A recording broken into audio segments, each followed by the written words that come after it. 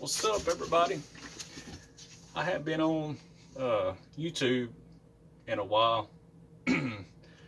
I've been going to school for heating and air conditioning. Last year, I went to school for electrical systems technology to be an electrician, and I got my electrical certificate last year. So the plan is to do HVAC this year. We'll do electrical, HVAC, and plumbing. Kind of start my own hustle. So this is uh, the EPA 608 study guide that I'm going to be reading. And my main purpose is to listen to this video myself while I'm working, a little ear pod, because if I can work and listen to this constantly when it comes to taking my 608 EPA test to get I'd like to have the universal uh, the universal license. So that's core, top 1, top 2, and top 3. I'll be ready for that and just get it knocked out.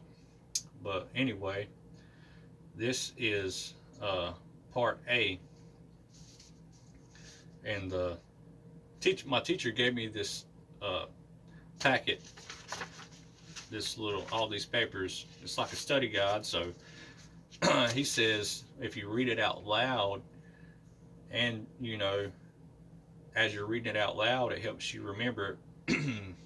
So I'm gonna start off with the first page, and it says I'm gonna read everything.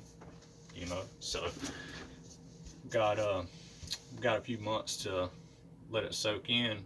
December, I like to take the test, and it's September the 9th today. So here it goes. Part A, all applicants. Part A contains core materials that is basic to all types of certificates. All applicants need to study this part of the study guide. Okay.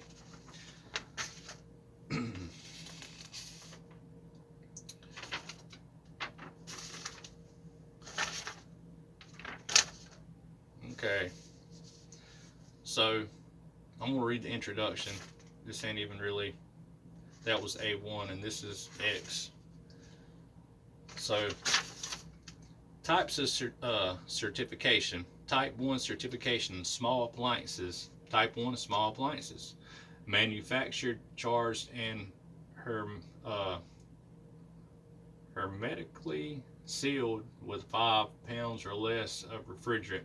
Includes refrigerators, freezers, room air conditioners, package terminal air conditioners, dehumidifiers, under-the-counter ice makers, vending machines, and drink water coolers. This is all type 1. Quite a bit of stuff. And to prepare for this certificate, study Part A and Part B of the study guide. Type 2 certification, high pressure appliance, uses refrigerant with a boiling point between 50 degrees centigrade, negative 58 degrees F, and 10 degrees centigrade, 50 degrees F at a atmospheric pressure. Includes R12, R22, R114, R500, R502, R22, and R134A. To prepare for this certificate, study Part A and Part C of the study guide. Type 3 certification, low pressure appliance. Use refrigerant with a boiling point with 10 degree centigrade. I hope I'm saying that right. CENTIGRADE, centigrade.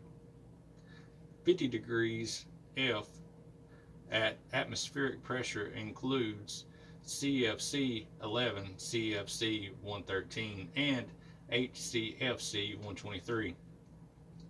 To prepare for this certificate, study Part A and Part D of this study guide. Universal certification, certified in all of the above.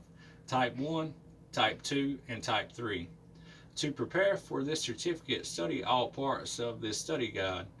This study guide is arranged so that you may review for a single certificate without studying the entire guide.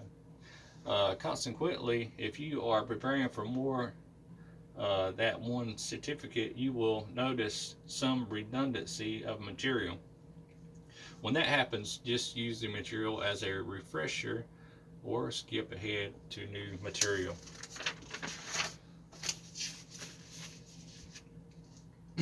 All right, this is A2, and this is ozone depletion. Oxygen is one of the more than 100 elements that have been identified by scientists. It occurs naturally in two forms.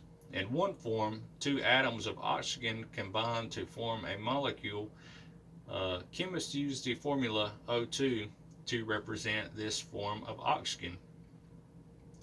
It is very plentiful, making up approximately 23% of the air we breathe. It is important to us because it supports life and is necessary for burning. The second form is a combination of three atoms of oxygen and is not as plentiful as O2. This three-atom molecule of oxygen is named ozone and is represented by the formula O3. Like O2, ozone is a gas at the temperature normally found on the Earth and in the Earth's atmosphere. Radiation from the sun causes O2 molecules to react and produce ozone. Our atmosphere is the envelope of air surrounding the Earth, while the major components of our atmosphere are nitrogen and regular oxygen, O2. It also contains small quantities of other gases, including traces of ozone. This atmosphere is made up of several distinct regions, two of which is important to you as a technician. Those regions are the troposphere, ground level to 7 miles high is the troposphere, ground level to 7 miles high. The stratosphere, 7 miles to 30 miles high. So 7 miles to 30 miles high. So troposphere is ground to 7 miles high. The stratosphere, 7 miles to 30 miles high. Radiation from the sun produces the ozone layer and the stratosphere. The atmosphere serves as a window through which passes the energy radiated by our sun and received by the earth. Two forms are infrared energy. Infrared, I-N-F-R-A-R-E-D.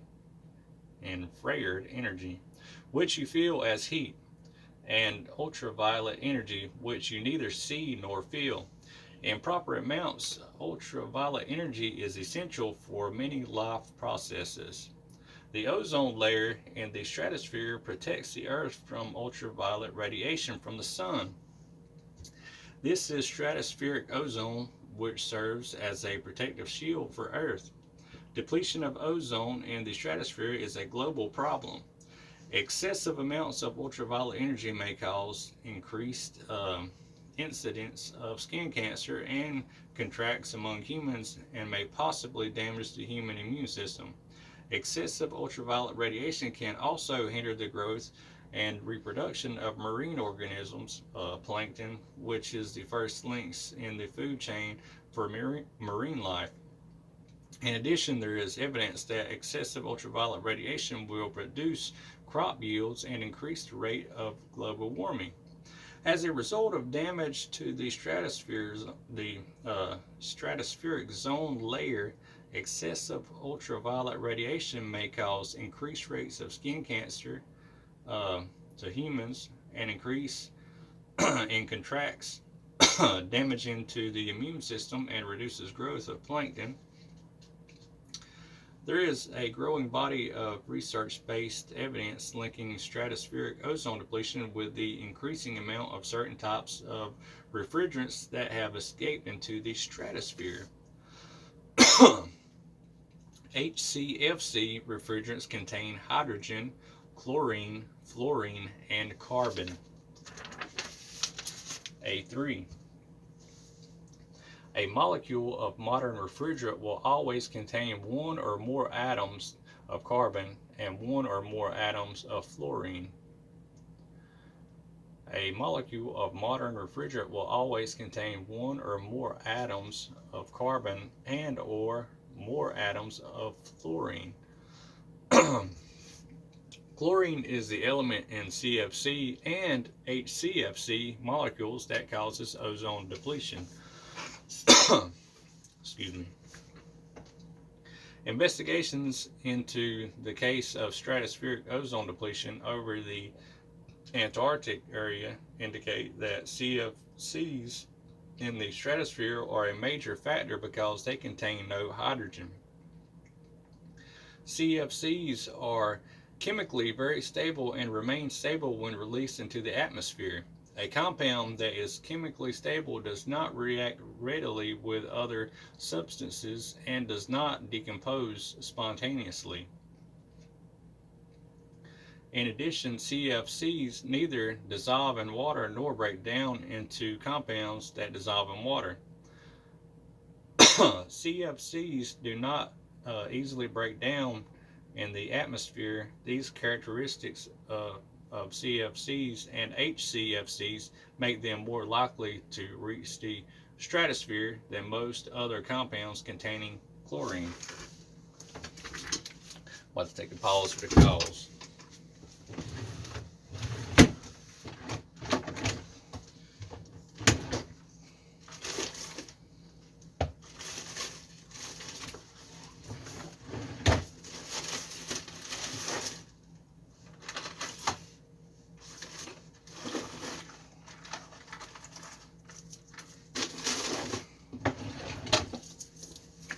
I knew I had a cough drop in my drawer, but I'm going to be honest with y'all. This cough drop, it may be very, very old. I want to eat it anyway.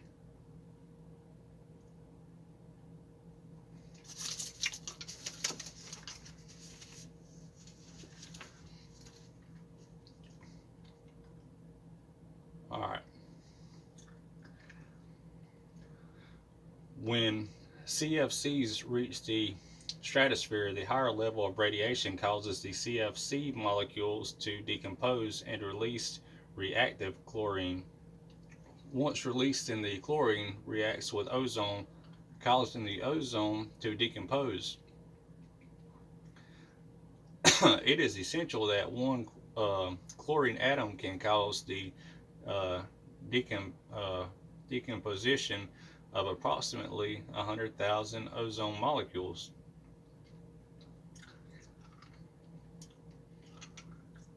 Beginning in the early 1980s, measurements taken over the Antarctic region reveal a marked decrease in stratospheric ozone. Although this has been named the ozone hole, there is no actual hole in the stratospheric ozone.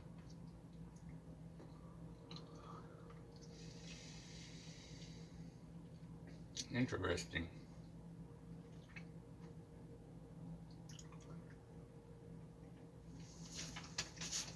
Measuring of HCFCs in the air sample taken from the stratosphere is the strongest evidence that HCFCs are in the stratosphere. The following evidence demonstrates that chlorine in the stratosphere is primarily from man-made chemicals rather than from natural sources such as volcanoes. A rise in the amount of chlorine measured in the stratosphere matches the rise in the amount of fluorine, which has different natural resources than chlorine over the same period. And that was A, by the way. And this is B. The rise in the amount of chlorine measured in the stratosphere matches the rise in ozone depletion substance emissions over the same period. And this is C. Samples of air taken from the stratosphere over erupting volcanoes show that Volcanoes contribute a small quantity of chlorine to the stratosphere compared to CFCs and HCFCs. Ozone depletion potential, ODP. Each CFC, HCFC, and HFC compound has been evaluated to determine its ozone depletion potential. The ozone depletion potential, ODP, is a measurement of a refrigerant's ability to cause ozone molecules to decompose in the stratosphere. CFC11 R11 has been assigned an ODP value of 1.0. Compounds having less ozone depletion potential than CFC11s have ODP values less than 1.0. Those with greater than CFC11s have ODP value greater than 1.0. Alright. A4. Global warming. I'm sure you've heard of it. No, I have. The global warming potential, GWP, for a gas is measured of the total energy that a gas absorbs over a particular period of time, usually 100 years. Compared to carbon dioxide, the larger the GWP, the more warming the gas causes. For example, methane, 100-year GWP is 21, which means that methane will cause 21 times as much warming as an equivalent mass of carbon dioxide over a 100-year time period. When we look at refrigerants in regard to GWP, HFOs have lower global warming potential than HCFCs and HFCs. Carbon dioxide, CO2, also known as a greenhouse gas, has a GWP of 1 and serves as a baseline for other GWP values. CO2 remains in the atmosphere for a very long time. Changes in atmospheric CO2 concentrations persist for thousands of years, and this is a table. And the table has 1, 2, 3, 4 blocks. The first block is refrigerant, GWP value, refrigerant, and GWP value. Okay. Well, actually, it's 2 and 2, refrigerant and GWP value, and it says the GWP value for the refrigerant R600A is 3, and the refrigerant R290 has a GWP of 3. R44A has a GWP of 0. The refrigerant R134A has a GWP of 1430. R404A has a GWP value of 3922. And R410A has a GWP value of 2088. So them are a lot higher. Let's make a comparison of some refrigerants and their global warming potential on the stratosphere. A, R134 has a GWP of 1430. B, R407 has a GWP of 1770. C, R410 has a GWP of 2088. D, R600 has a GWP of 3. Out of these 4 refrigerants, R600A would have the lowest global warming potential on the stratosphere. Also, since we know that carbon dioxide has a GWP of 1 and R410A has a GWP of 2088, R410A's GWP is thousands of times greater than carbon dioxide. Go figure. Using table A above, how do the global warming potentials of isobutane R600A propane, R290, and R441A compared to the GWP of HFC 134A, R404A, and R410. R600A, R290, and R441A are significantly lower in GWP. There it is. Using table A above the characteristics of HFC 134A, HFC 404A, and HFC 410A make them damaging to the environment because they can have a very high global warming potential.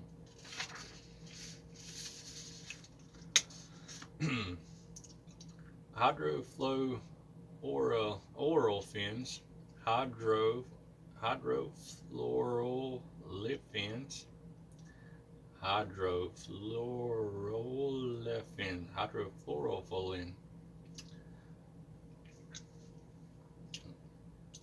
HFOS, are non-ozone depleting and have low global warming potential. HFO 1234YF has an ODP value of 0 and a GWP of 4.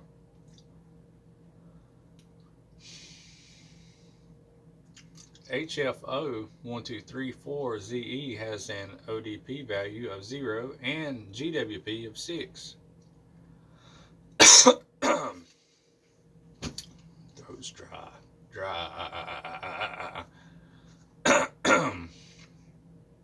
But anyway, in order to discuss ODP refrigerants, we must discuss halons, CFCs, HCFCs, and HFCs as they relate to ODP value. Halons contain bromine and have the highest ODP value, but are not used as refrigerants. CFCs contain chlorine but no hydrogen and have higher ODP value than HCFCs. HCFCs contain chlorine and therefore have some ODP but also contain hydrogen, so their ODP is less than CFCs. HFCs contain hydrogen but not chlorine or bromine and therefore will not damage the stratospheric ozone. They have ODP value of 0. For example, HFC 134 is a chlorine-free refrigerant, has an ODP value of 0. Of the above types of refrigerants, the CFCs have the highest ozone depletion potential, ODP. Therefore, CFC refrigerants have the most harmful effect to the stratospheric ozone. R12 is an example of a CFC refrigerant. Refrigerant characteristic and identification. The state of the refrigerant entering the compressor of a refrigerant system is low pressure vapor. HFO refrigerants are less flammable than hydrocarbon refrigerants because they contain fluorine. An example of an HFO refrigerant would be R1234. HFC refrigerants contain hydrogen, fluorine, and carbon. HFC 134 R134 does not contain any chlorine. The difference between refrigerant grade hydrocarbon 290 R290 propane, which is propane, R290 is propane. Just to let you know. And propane for grills is that the propane cylinders for grilling contain impurities that can damage refrigeration equipment. So you don't want to use regular propane for your refrigerant. It has impurities in it, like me.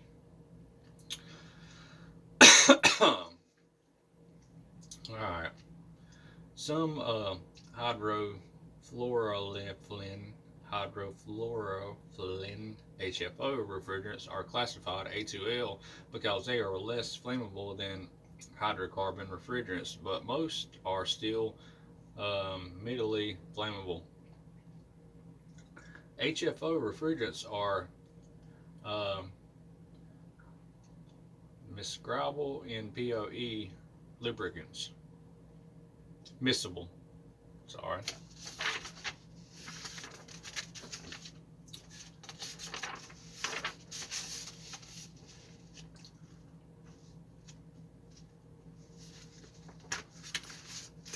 All right. R410A is a high pressure refrigerant and R123 is a low pressure refrigerant under EPA Section 608 regulations. These refrigerants will be discussed later in Part 2 and Part 3 of the study guide. R22 and R123 have an ozone depletion of more than zero. R22 has an ODP of 0.055 and R123 has an ODP of 0.060. R22 is an HCFC refrigerant and it contains chlorine. Note that the first C in the HCFC stands for chlorine. Also, the first C in CFC12, R12, is chlorine. HCFC refrigerants contain hydrogen, chlorine, fluorine, and carbon. I have a table here, and it says Table B. Refrigerants on one side, ozone depletion potentials on the other. And R22 is 0.055. R123 is 0.060. R-410A is 0. R-502 is 0.23. There it is. Referencing to Table B above, R10A has the lowest ozone depletion potential at 0 effect. Table C, same thing, refrigerant on the left, global warming potential on the right. R717 has a global warming potential of 0. R744 has a potential of 1. R22 has the GWP of 1810. R32 has one of 675.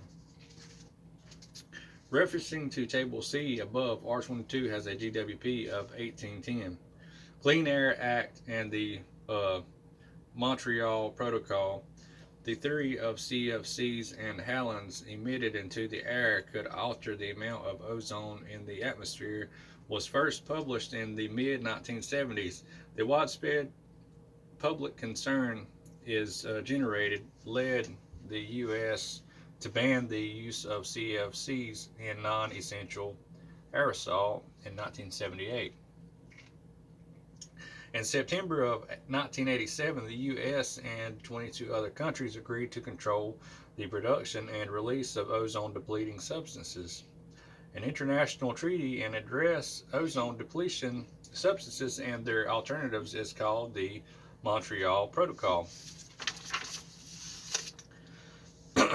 In order to stop damage to the stratospheric ozone layer, the U.S. is phasing out the use of chlorofluorocarbons. Chlorofluorocarbons and hydrochlorofluorocarbons. That's a long word, boy. Presently, the U.S. phase-out date for the production and import of new R22 is set for 2020. After the phase-out of a refrigerant, the refrigerant supply for existing equipment servicing will come from the refrigerant that we have recovered and reclaimed. Knowingly recovering an exempt refrigerant does not violate the Clear Air Act or EPA's regulations. Servicing a system that uses CFCs or HCFCs after the phase out of those refrigerants does not violate the refrigerant management regulations under the Clean Air Act. The EPA is the enforcing agency. The laws and regulations cover all appliances and other equipment using ozone depletion refrigerants. State and local government may establish laws that contain stricter requirements than the Clean Air Act EPA regulations.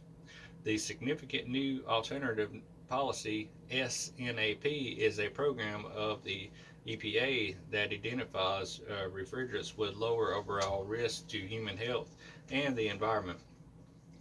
The intended effect of the SNAP program is to promote a smooth transition to safer alternatives.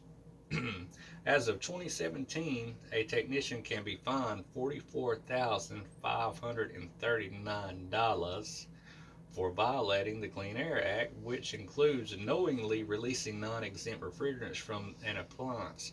In addition to fines and being required to appear in court, they may lose their certification, which is something that we don't want to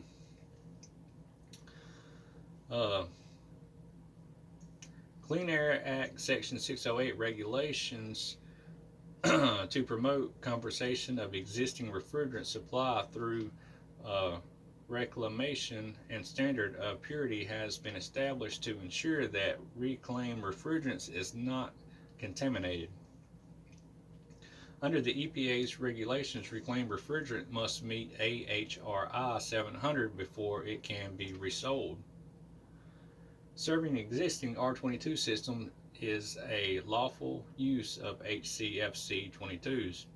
Distributors must verify that the purchaser is or employs a Section 608 certified technician before they can sell HCFCs or HFCs refrigerants. Carbon dioxide CO2 refrigerants can be purchased by someone who is a non-certified technician under Section 608. Section 608 certification allows a technician to purchase or handle controlled refrigerants. All CFCs, HCFCs, and HFCs refrigerants recovery device must meet EPA standards. Self-contained recovery device remove refrigerant from an appliance without the assistance of the components in the appliance.